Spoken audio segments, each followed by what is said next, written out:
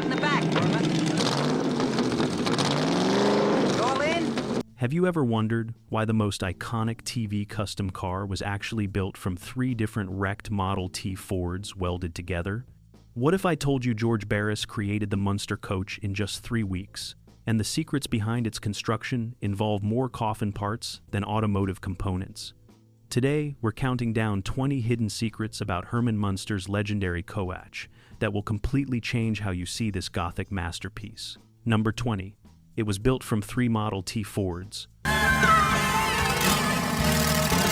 The Munster Koach didn't start life as a single vehicle. George Barris constructed it from 3 separate, wrecked 1923 Ford Model T touring cars. He bought the wrecks from a salvage yard in Burbank, California, for $350 total. None of the 3 cars was complete or functional. They'd been sitting in the yard for years, deteriorating and rusting after various accidents ended their useful lives. Barris saw potential where others saw scrap metal. The Model T platform was perfect for his vision of a Gothic hot rod. The chassis was simple, strong, and easy to modify with basic tools. The engines were reliable, and parts were still readily available decades after production ended. Most importantly, the vintage Model T proportions looked appropriately old-fashioned and spooky for the Munster family. Barris stripped all 3 cars down to bare frames, taking the best components from each. One car provided the straightest frame rails. Another contributed the best front axle and steering components. The third donated the least damaged engine and transmission. Everything else was fabricated, custom, or sourced from various suppliers. The triple car approach gave Barris spare parts and options when components didn't fit properly. If one frame rail was too damaged, he had 2 others to choose from.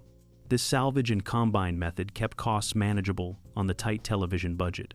The production paid Barris $2,500 total for the completed Koach. That included all labor, materials, and the 3 source vehicles. Today, building something equivalent would cost over $100,000. Barris's genius was seeing that 3 wrecked cars could become one legendary vehicle through skillful fabrication and creative vision. Number 19. It was built in just 21 days. George Barris had exactly 3 weeks to design and build the Munster Koach before filming started. 21 days from concept to completed, running, camera-ready vehicle. This impossibly tight deadline was typical for Barris, who specialized in quick television custom builds. But the Koach required more extensive fabrication than most of his projects. The body was entirely hand-built from steel, shaped by hand over wooden forms. Every panel was custom, nothing came from existing parts bins.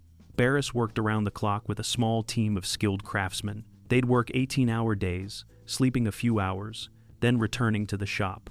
The project consumed every moment of those 3 weeks. The body design came together through improvisation, rather than detailed planning. Barris would sketch ideas, fabricate pieces, see how they looked, then modify on the fly. The iconic Landau carriage bars on the sides were added just days before delivery, when Barris decided the body looked too plain. The brass coach lamps weren't installed until the final day. The massive chain steering wheel was fabricated literally overnight when the original steering wheel looked too normal. Everything happened at breakneck speed, with no time for mistakes or revisions. The paint job took just 2 days, including preparation. They shot the body with basic black lacquer, not the show-quality finish Barris would have preferred with more time. The upholstery was completed in a single marathon session by 2 upholsterers working through the night. When Barris delivered the Koach to the studio, paint was barely dry and glue was still curing. But it looked spectacular on camera, proving that sometimes time pressure forces creative decisions that wouldn't happen with unlimited schedules. The rushed build gave the Koach a rough, handmade quality that perfectly suited its Gothic hot rod character. Number 18. The body was stretched 10 feet beyond stock. Right from hearing this music, you know exactly what this is from. The Model T chassis that formed the Koach's foundation was extended 10 feet beyond its original wheelbase.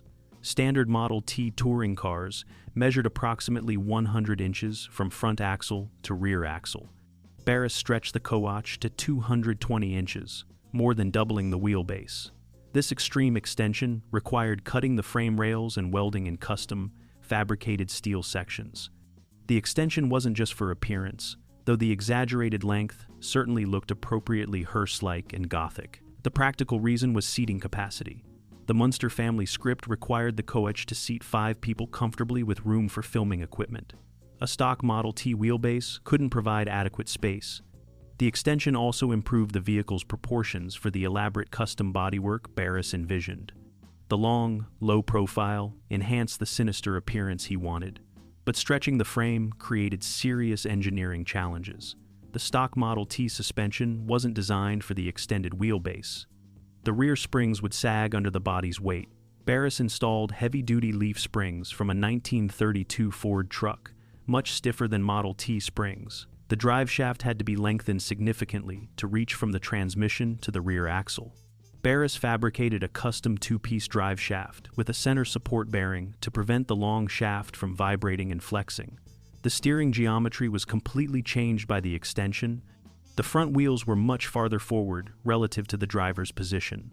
This made the Koach extremely difficult to maneuver at low speeds, requiring multiple turn-ins for tight corners. But the dramatic stretched proportions created the iconic silhouette that defined the vehicle's character perfectly.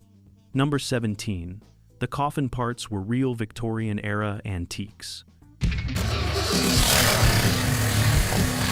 Those coffin-themed elements weren't cheap reproductions. George Barris sourced genuine Victorian-era coffin components from Los Angeles funeral supply houses and antique dealers. The ornate handles mounted on the sides came from actual caskets dating from the 1880s. Barris bought 10 sets of antique brass coffin handles for $8 each. Significant money in 1964, but far cheaper than custom fabricating similar pieces. The brass had an authentic patina from decades of age that artificial aging couldn't replicate. The oval glass viewing windows in the side panels were also genuine coffin components. These glass ovals, called viewing ports, allowed mourners to see the deceased's face without opening the entire casket. Barris incorporated 4 of them into the Koach's bodywork, giving passengers windows while maintaining the funeral theme. He paid $12 each for the antique glass ovals, finding them at a Los Angeles antique store specializing in Victorian funeral memorabilia. The tufted upholstery inside the Koach used actual coffin lining fabric. This specialized material, called casket crepe, had a distinctive sheen and texture different from regular automotive upholstery. Barris bought 20 yards of burgundy casket crepe from a funeral supply wholesaler for $35. The material was designed to resist deterioration, making it surprisingly durable for automotive use. The use of authentic funeral components gave the Koach a genuinely macabre quality that props couldn't achieve. These weren't theatrical suggestions of coffins. They were actual pieces from real coffins where real people had been buried. That authenticity added subtle creepiness that viewers sensed even if they couldn't consciously identify why the Koach felt genuinely morbid rather than merely theatrical. Number 16. The radiator shell came from a hearse. These guys are here, nothing missing with that. The roof itself really isn't that bad. That distinctive radiator shell wasn't fabricated or adapted from a Model T. It came from an actual 1927 Cadillac hearse, the perfect fusion of automotive and funeral symbolism. Barris found the hearse shell at the same Burbank salvage yard where he'd bought the Model T parts. The hearse had been in a fire, with most of the body destroyed but the front radiator shell intact. The ornate Cadillac radiator with its distinctive upright proportions looked appropriately Gothic and imposing. Barris bought the entire hearse front clip for $75. Far more than he'd paid for any single Model T, but worth it for the dramatic visual impact. The Cadillac shell was significantly wider and taller than anything from a Model T. This created mounting challenges that required extensive modification. Barris had to fabricate custom brackets, welding the Cadillac shell to the Model T frame. The height difference meant extending the front frame horns upward to meet the shell's mounting points. The width required modifying the front fenders to accommodate the broader radiator.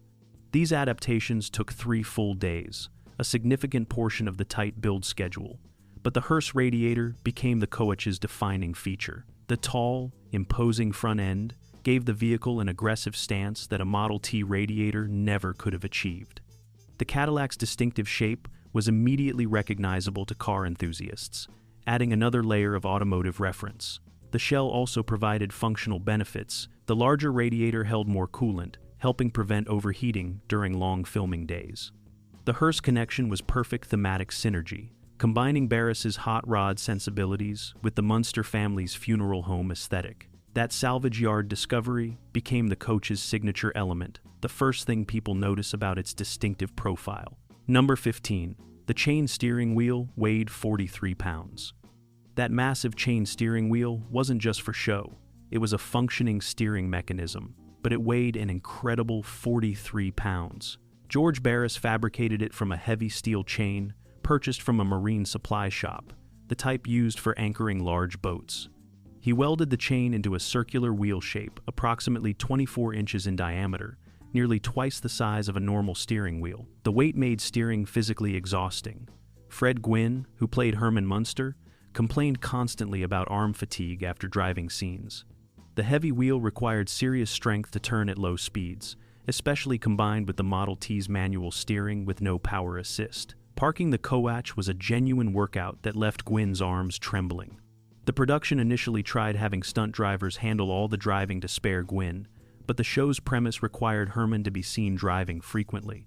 Gwynne had no choice but to muscle the heavy wheel through takes. The chain wheel created another unexpected problem. The weight and mass gave it significant rotational inertia. Once turning, it wanted to keep turning, making it difficult to straighten the wheels. Gwynne had to fight against the momentum constantly, adding to the physical challenge.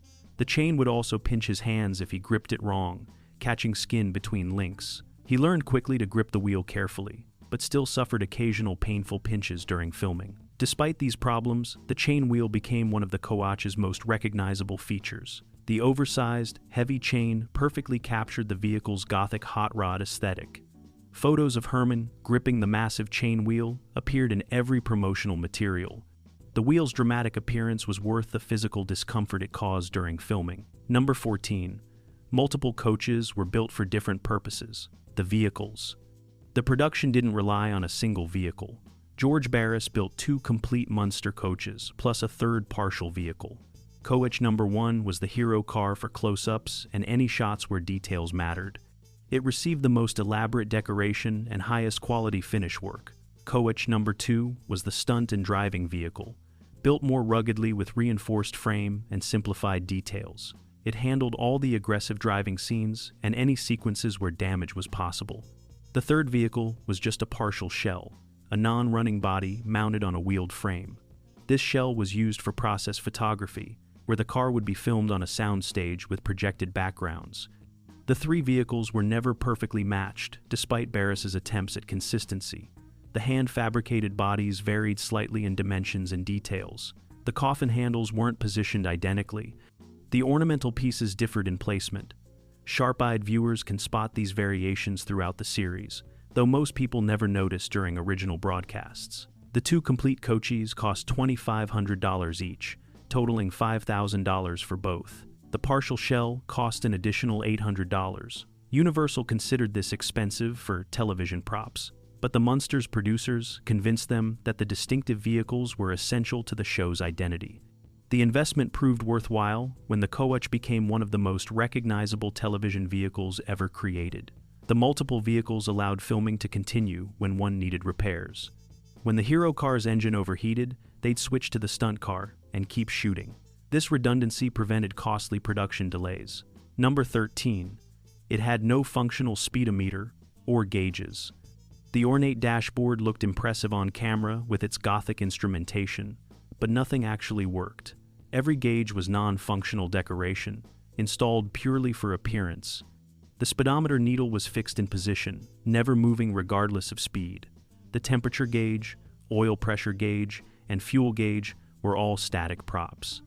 Barris installed them because the dashboard needed visual interest, but connecting them to actual functioning sensors would have added significant time and expense the tight deadline couldn't accommodate. This created practical problems during filming. Drivers had no idea how fast they were traveling without a working speedometer. They had to estimate speed by engine, sound, and feel, which was inconsistent and sometimes dangerous. Several times, the Koach exceeded safe speeds during filming because the driver misjudged velocity without instrument confirmation. The lack of fuel gauge meant the Koach would run out of gas unexpectedly during takes. It would sputter to a stop mid-scene, not during convenient breaks. Production assistants learned to refuel constantly between every few takes, regardless of estimated fuel level. The non-functional temperature gauge meant overheating engines went unnoticed until catastrophic failure occurred. The Model T engine would overheat, continue running with no warning, then seize from thermal damage.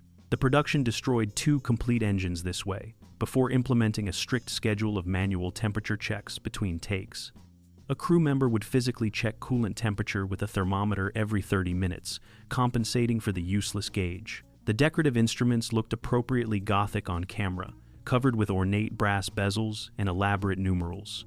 But their failure to function created constant practical challenges that production learned to work around through vigilant monitoring and frequent maintenance stops. Number 12. The brass organ pipes were functional exhaust tips.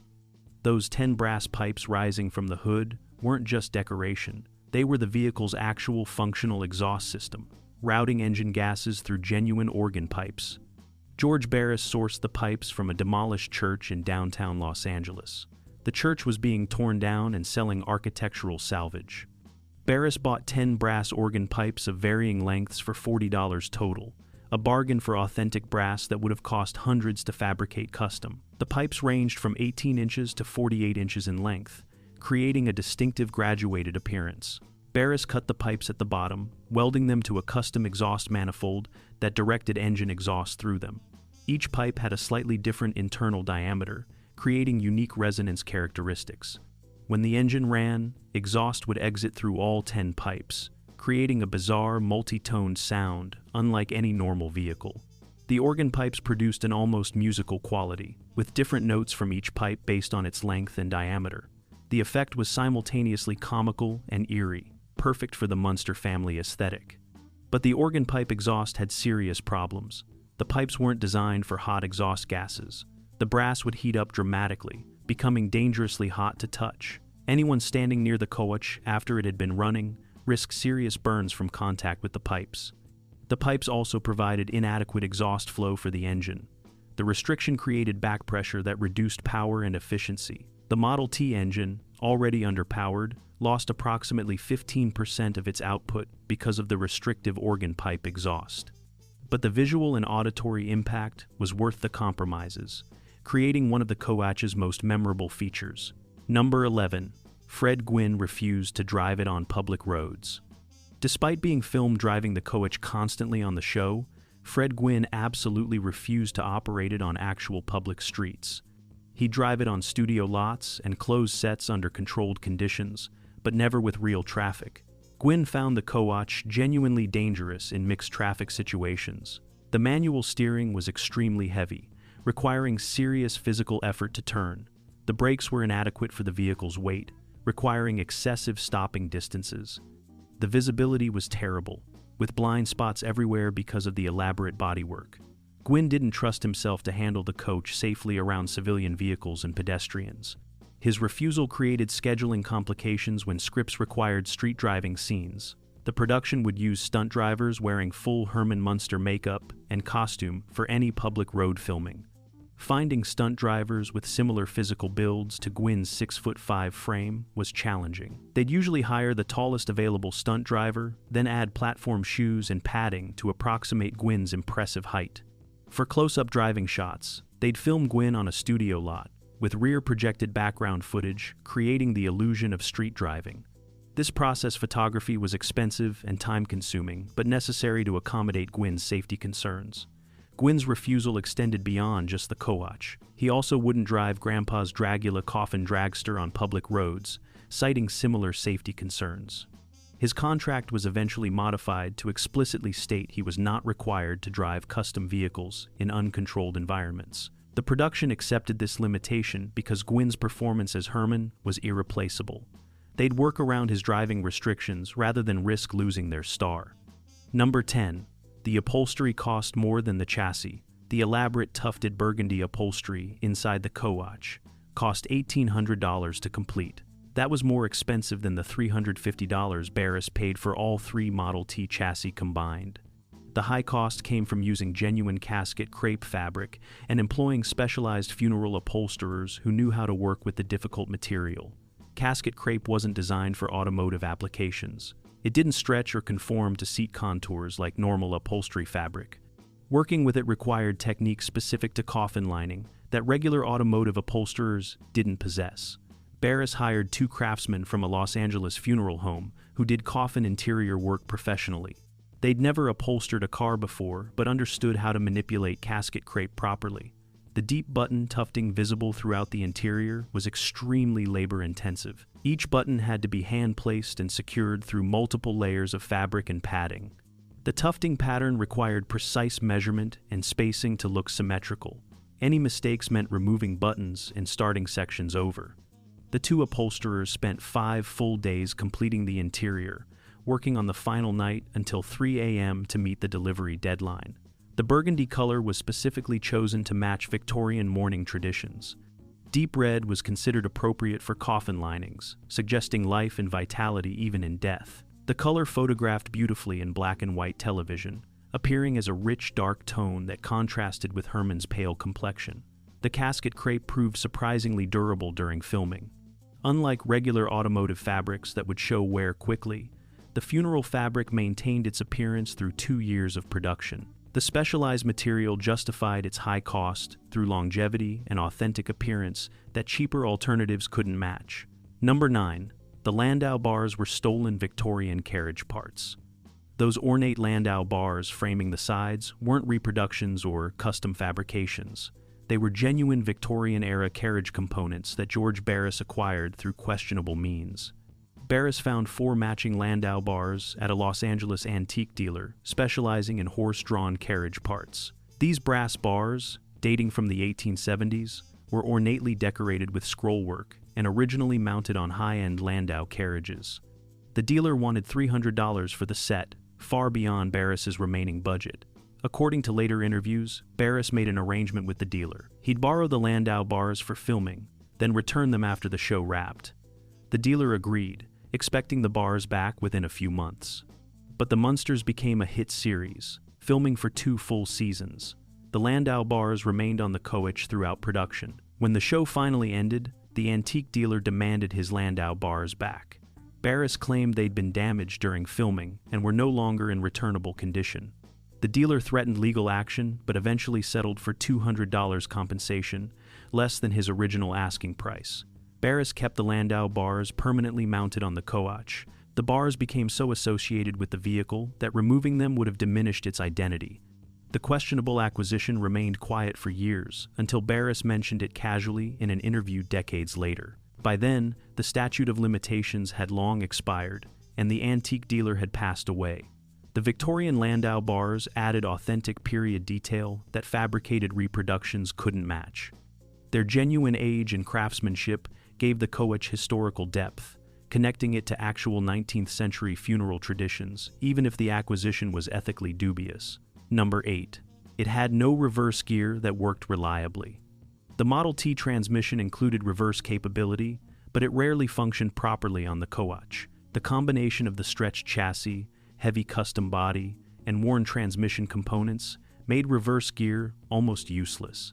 The transmission would grind, slip, or refuse to engage when shifted into reverse. When reverse did engage, the Koach would barely creep backward with painful slowness. Backing up more than a few feet was nearly impossible. This created serious logistical problems during filming. If the Koach was positioned wrong for a shot, it couldn't simply back up and reposition. The crew would have to push it manually, requiring 6 to 8 strong men to move the heavy vehicle. Scripts were written to avoid situations requiring reverse driving. Directors would block scenes so the Koach always drove forward, never needing to back up on camera. If a scene absolutely required backing up, they'd film it in reverse, having the Koach drive forward normally, then run the film backward in post-production. Parking the Koach became a production challenge. It had to be positioned carefully because extracting it from tight spaces was nearly impossible without a functional reverse. The crew learned to always park with forward exit routes. On one occasion, the Koach was accidentally parked against a wall with no forward exit. The crew spent 3 hours pushing and maneuvering it by hand to extract it from the position. After that incident, parking procedures became strict protocol. The transmission problems stemmed from the Model T's planetary gear design, combined with worn components. Rebuilding the transmission properly would have required weeks the production schedule couldn't spare. So they worked around the problem throughout the series, accepting that the Koach effectively had no reverse gear. Number 7. The coach lamps were stolen from city streets. The 4 brass coach lamps mounted on the Koach's corners weren't purchased legally. According to Barris, they were actual Victorian-era street lamps that he and an assistant liberated from Los Angeles city streets late one night. These lamps dated from the 1890s when Los Angeles had gas-powered street lighting in wealthy neighborhoods. By the 1960s, most had been replaced with modern electric lights, but a few antique lamps remained as decorative elements. Barris identified 4 matching lamps in a historic district scheduled for redevelopment. He knew they'd likely be scrapped during the area's modernization. Rather than letting them be destroyed, he decided to preserve them by incorporating them into the coach. One night after midnight, Barris and his assistant brought wrenches and a truck. They removed 4 coach lamps from their poles and loaded them quickly. The theft took approximately 20 minutes, completed without witnesses. The lamps were never reported stolen, possibly because city workers assumed demolition crews had removed them. Barris installed the lamps on the Koach within days, converting them from gas to electric operation. The brass was authentic Victorian metal, with genuine aging patina impossible to fake. The ornate glass panels were period-correct with hand-cut bevels. The lamps gave the Koach authentic historical character that reproductions couldn't provide. Barris never publicly admitted the theft during his lifetime, mentioning it only in private conversations. The story emerged after his death, when associates shared various Barris exploits. By then, the statute of limitations had long expired, and the lamps were historic artifacts in their own right as part of the famous Koach. Number 6. Al Lewis demanded his own driving scenes. Al Lewis, who played Grandpa, was jealous that Fred Gwynne got all the Koach driving scenes. Lewis lobbied the writers constantly to create scenarios where Grandpa would drive instead of Herman. He argued that Grandpa was the family's automotive expert who'd actually built the vehicle, so naturally, he should drive it occasionally. The producers eventually agreed, writing several episodes featuring Grandpa behind the wheel. But Lewis quickly discovered why Gwynne avoided driving the Koach whenever possible. The heavy chain steering wheel exhausted his arms within minutes. Lewis was significantly shorter than Gwynne, making the reach to the wheel even more awkward and tiring. The manual brakes required leg strength Lewis didn't possess. He struggled stopping the heavy vehicle, pumping the brake pedal frantically during takes. After his first driving episode, Lewis admitted the Koach was a nightmare to operate, but pride prevented him from backing down after demanding driving scenes. He continued insisting on occasional Grandpa driving episodes throughout the series, despite hating every moment. The production accommodated Lewis by keeping his driving scenes brief and simple. No complex maneuvers, no extended sequences, just short drives easily managed. They'd position cameras to hide the difficulty Lewis had controlling the vehicle. His white knuckles gripping the chain wheel and the strain visible on his face actually enhanced the comedy, making Grandpa's driving look appropriately chaotic. Lewis later admitted he'd been foolish to be jealous of Gwynne's driving duties. He'd assumed it was fun when it was actually exhausting physical labor. The experience taught him to be grateful for aspects of production he didn't have to handle rather than demanding roles he didn't understand. Number 5. The original black paint was actually dark purple. That iconic black finish wasn't actually pure black. George Barris mixed a custom dark purple that was photographed as black on 1960s television cameras, but had subtle color depth that straight black lacked. The formula combined black lacquer with deep purple and dark blue tints, creating what Barris called television black. This custom mixture prevented the body from appearing as a flat, featureless silhouette on camera. Pure black would absorb all light, creating a dead appearance with no definition or contour visible. The purple-tinted black reflected just enough light to show body lines and details, while maintaining the gothic darkness the design required. The color's true nature was invisible to television audiences watching on black and white sets. Even when the show briefly aired color episodes in its second season, the purple tint was so subtle that most viewers never noticed. Only in person, under specific lighting conditions, would you see the purple undertones. Direct sunlight would reveal slight purple highlights on curved surfaces. The custom paint created maintenance headaches throughout production. The formula was difficult to match exactly when touch-ups were needed. Each new batch would be slightly different, sometimes more purple, sometimes more blue. The Koach's paint gradually became less consistent as different areas received repairs with slightly mismatched batches. By the second season, sharp-eyed viewers watching color broadcasts could spot variations in the body's darkness. Some panels appeared slightly lighter or had different undertones than adjacent sections. The production tried to minimize these differences through careful lighting and camera angles. The purple-tinted black formula influenced custom car painting for decades afterward. Hot rod builders adopted the technique, creating show black finishes that photographed better than pure black while maintaining dark, sinister appearances. Barris's innovation became standard practice in the custom car world. Number 4. It was nearly destroyed in a studio fire. In November 1965, a fire broke out in Universal Studios' prop warehouse where the Hero Koach was stored between filming. The blaze started in an adjacent storage area containing old movie costumes and quickly spread. By the time firefighters arrived, flames had reached the automotive prop section. The Hero Koach suffered significant smoke and heat damage before firefighters contained the blaze. The elaborate upholstery was scorched and smoke damaged throughout. The brass fittings tarnished from heat exposure. The paint blistered on one entire side from radiant heat.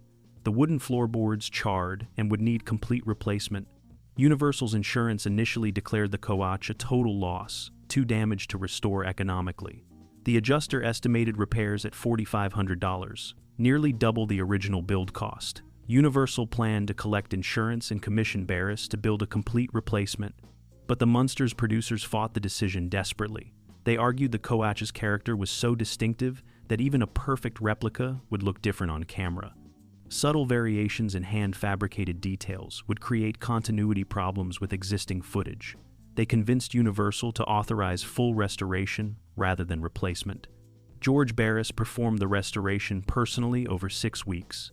He stripped the damaged upholstery, replacing it with new casket crepe matching the original as closely as possible. The scorched side was completely repainted. Tarnished brass was repolished. The wooden floor was rebuilt from scratch. Barris also took the opportunity to make improvements. He reinforced weak points in the body structure. He upgraded the brakes slightly. He adjusted the steering geometry to reduce the physical effort required. The restored Koach actually functioned better than the original. Though the production budget took a significant hit from repair costs the insurance didn't completely cover. Number 3. The Koach could only reach 45 miles per hour. Despite its dramatic appearance, the Munster Koach was dangerously slow. The Model T engine, even running perfectly, could only propel the heavy custom body to a maximum 45 miles per hour on level ground. Uphill driving reduced that to barely 30 miles per hour. This created serious safety issues during location filming on Los Angeles streets and highways. Real traffic would race past the Koach, honking and swerving around it. The slow speed made the vehicle a rolling obstacle that frustrated other drivers constantly. Highway patrols cited the production multiple times for impeding traffic flow. Officers would explain that vehicles unable to maintain minimum highway speeds were prohibited from controlled access roads. The production obtained special permits, allowing the Koach on highways during filming, but the permits came with restrictions. They could only film during off-peak hours when traffic was light. They needed police escorts. They had to use emergency flashers, warning other drivers of the slow-moving vehicle. These restrictions complicated scheduling and increased production costs. Scripts were rewritten to minimize highway scenes, keeping the Koach on surface streets where slow speeds were less problematic. The limited speed also affected the types of stunts possible. High-speed chases were out of the question. Any scene requiring speed was accomplished through undercranking the camera, filming at slower frame rates so the footage appeared faster when played at normal speed. This technique made the 45 mile per hour maximum look like 60 or 70 on screen. The slow speed was inherent to the Model T platform and couldn't be significantly improved without extensive engine modifications the budget didn't allow. The production accepted the limitation, working around it through creative filming techniques throughout the series. Number 2. It appeared in other shows after the Munsters ended. Deteriorating Koach. After the Munsters canceled in 1966, the Hero Koach didn't retire. It appeared in numerous other television shows and films throughout the late 60s and 70s. Universal Studios owned it as property and rented it out whenever productions needed a distinctive Gothic vehicle. The Koach appeared in episodes of Bewitched, playing a witch's enchanted car. It showed up in the Beverly Hillbillies as a vehicle Jethro considered buying. It made cameos in various sitcoms and variety shows, always drawing laughs through recognition. Directors would specifically request it because audiences immediately recognized the famous vehicle, creating instant comedy without explanation. Some productions tried disguising it with different paint or modifications, but the distinctive body shape and proportions remained recognizable. One low-budget horror film painted it red and added monster decals, but viewers still identified it as the Munster Koach underneath. Throughout these appearances, the Koach accumulated wear and damage. Various productions were less careful with it than the Munsters had been. Paint got chipped and scratched. Brass fittings were damaged or lost. The upholstery deteriorated from repeated filming. By the mid-70s, the Koach was in terrible condition, barely recognizable as the pristine vehicle from the original series. Universal eventually stopped renting it out, storing it in a warehouse where it continued deteriorating. Decades later, it was rediscovered during a warehouse inventory. Collectors and fans rallied to save it from potential disposal. A full restoration in the 1990s returned it to original condition, erasing the damage from its various post-Munsters appearances. Today, it appears at car shows and events, carefully preserved and protected from the kind of rough treatment it endured during its working years in television production. Number 1. It sold for over $400,000 at auction. In January 2015, the restored hero, Munster Koach, appeared at Meckham Auctions in Kissimmee, Florida. This was the first time the authentic original had been publicly offered for sale. Previous owners had kept it private or displayed it without selling. The pre-auction buzz was tremendous. Classic television car collectors knew the Koach was among the most iconic TV vehicles ever created. George Barris had passed away just months earlier, adding poignancy and finality to the sale. This might be the last opportunity to acquire a major Barris creation at auction. Mecum estimated the Koach would sell between $200,000 and $300,000 based on comparable television vehicles. When bidding opened, it became immediately clear those estimates were conservative. Multiple serious bidders drove the price rapidly through $300,000 with no signs of slowing. 6 bidders remained active at $350,000. 4 bidders battled past $400,000. The room was electric with tension as 2 final bidders competed. They exchanged bids in $25,000 increments, neither willing to concede. At $450,000, one bidder finally dropped out. The hammer fell at $473,000, including buyer's premium. The winning bidder was a private collector who immediately placed the Koach in a climate-controlled facility, removing it from public view. That $2,500 rush build in 1964 had appreciated nearly 20,000%.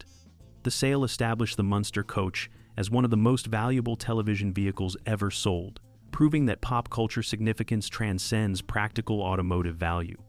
A cobbled-together custom, built from wrecked Model Ts, became worth more than most exotic supercars, all because George Barris's vision created something genuinely iconic in just 21 days. The Munster Koach remains one of television's most beloved vehicles, and these hidden secrets prove that George Barris created genuine automotive art through salvaged parts, Victorian funeral components, and 3 weeks of manic fabrication.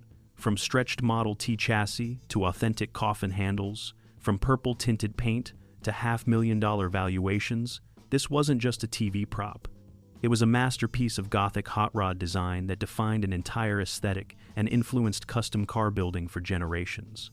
Barris proved that creativity, skill, and vision could transform junkyard scraps into cultural icons that would outlive their television origins by decades. If you enjoyed these secrets, smash that like button and subscribe for more automotive legends and Hollywood mysteries. Drop a comment telling us which fact shocked you most. Did you know about the stolen Victorian lamps? Were you surprised by the auction price? Let us know, and we'll see you in the next video where we uncover more secrets hiding in television's greatest vehicles.